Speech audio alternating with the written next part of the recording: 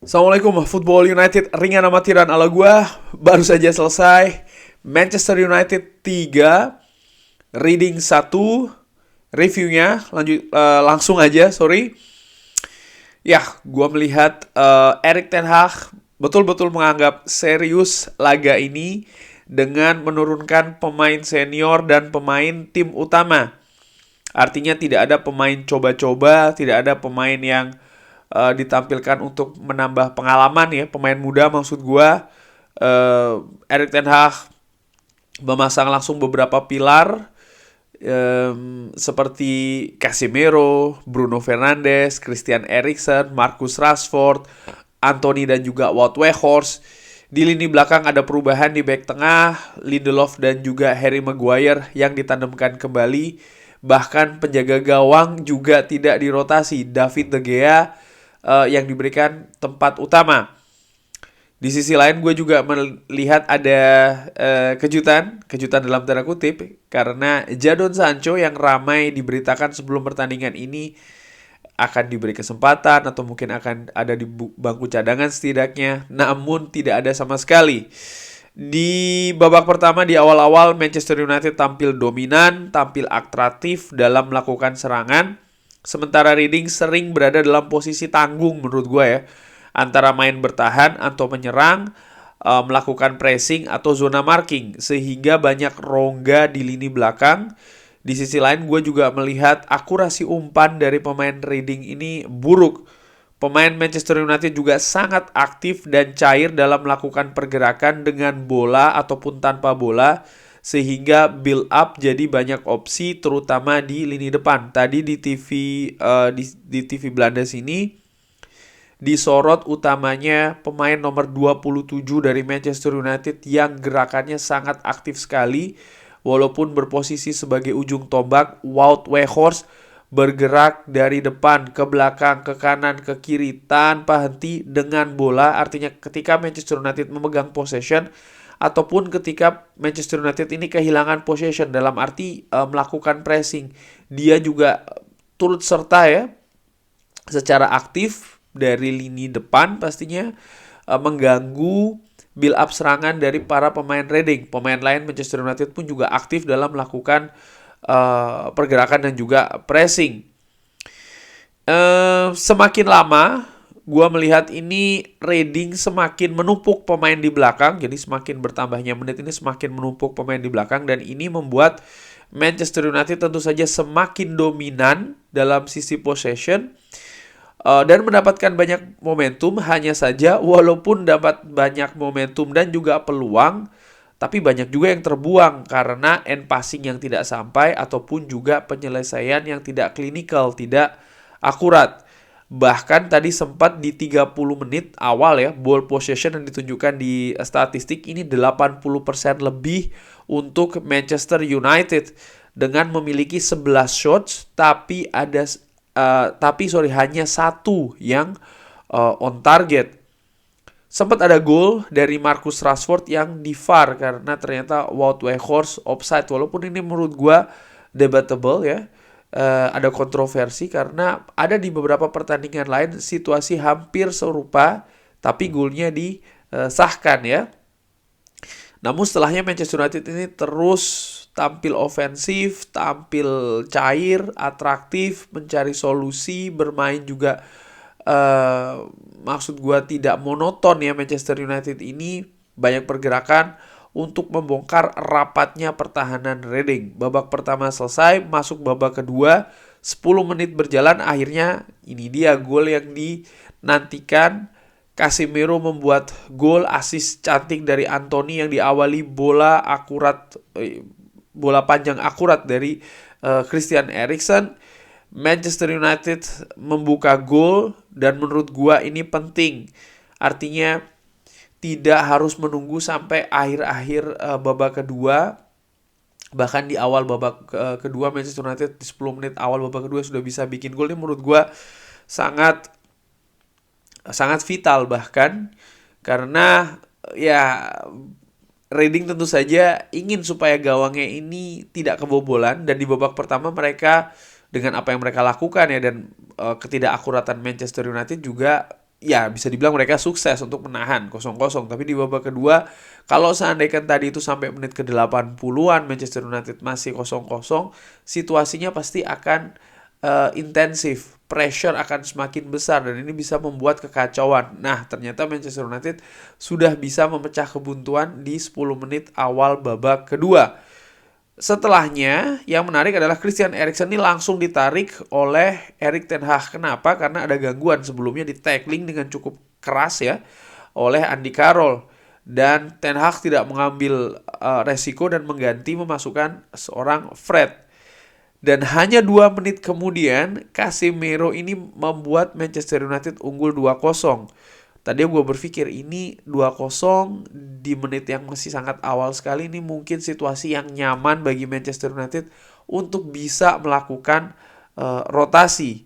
Bahkan di menit ke-65 atau ya hanya beberapa menit setelah 2-0 tadi, Andy Carroll mendapatkan kartu merah. Reading bermain dengan 10 orang dan tidak butuh waktu lama Fred membuat 3-0 dan gue pikir lagi ini situasi lebih tepat lagi, lebih nyaman lagi.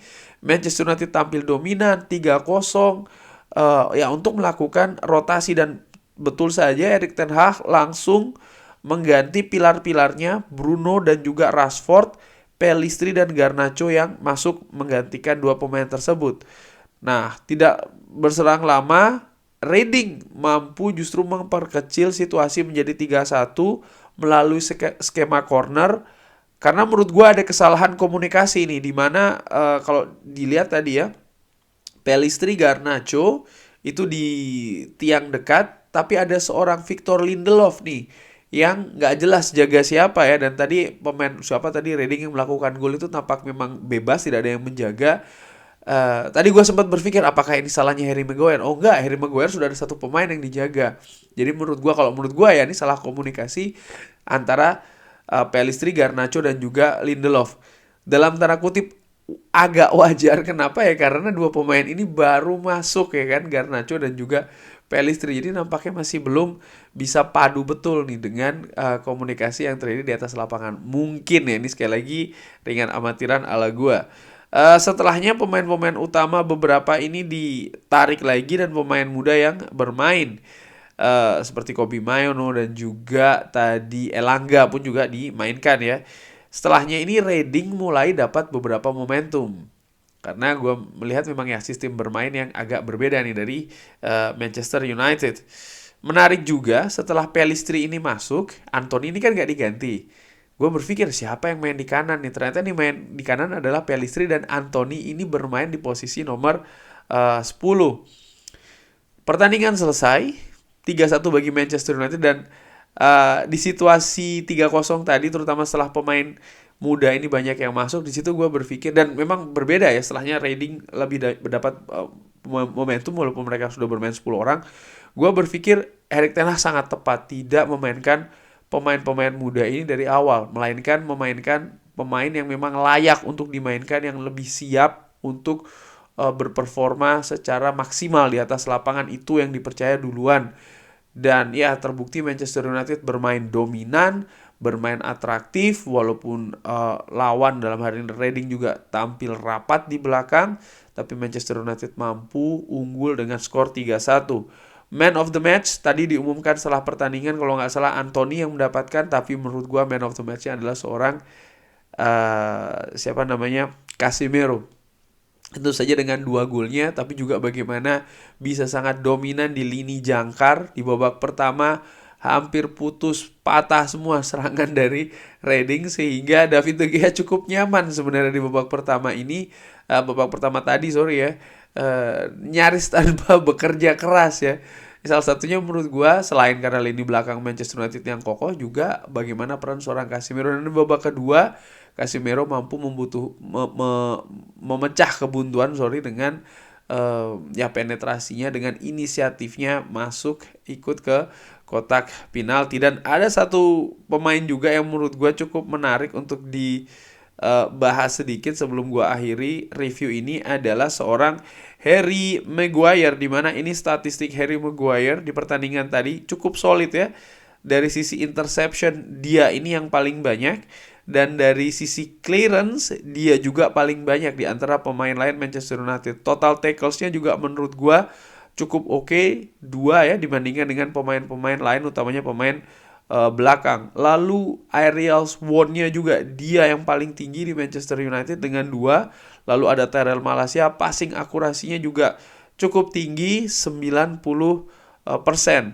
Sementara Anthony dari sisi ofensif juga menurut gue luar biasa. Key passesnya dia ada 4, shotsnya dia cukup banyak ya, cukup rajin tadi melakukan shot, utamanya dari sisi sebelah kanan dengan menggunakan kaki kiri.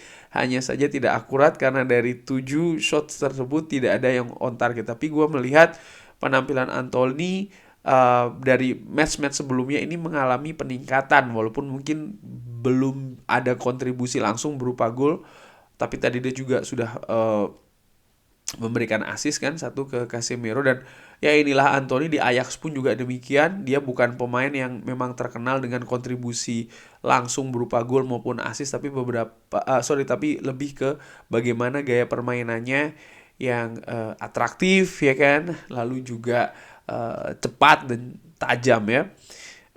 Ya dengan kemenangan ini maka Manchester United lolos ke babak selanjutnya. Dan pertandingan selanjutnya dari Manchester United ini akan berlangsung tanggal 1 Februari. Berarti hari Rabu ya, tanggal 1 Februari hari Rabu jam 9 malam waktu Eropa, yaitu di Carabao. Berarti hari Kamis dini hari waktu Indonesia ya. Di Carabao, semifinal leg kedua menghadapi Nottingham Forest, di mana Manchester United sudah unggul 3-0 di leg pertama. Ini adalah leg keduanya yang akan bertanding di Old Trafford. Insya Allah nanti akan gue bikin previewnya seperti biasa. Terima kasih sudah menyaksikan. Menurut gue Manchester United tampil dominan, nyaman, menang, dan yang penting lolos, itu dulu. Terima kasih. Bagaimana menurut Sobat Football United pertandingan tadi? Drop di kolom komen. Sekali lagi terima kasih. Jangan lupa like, sholat, subscribe. Wassalamualaikum warahmatullahi wabarakatuh. Glory, glory Manchester United.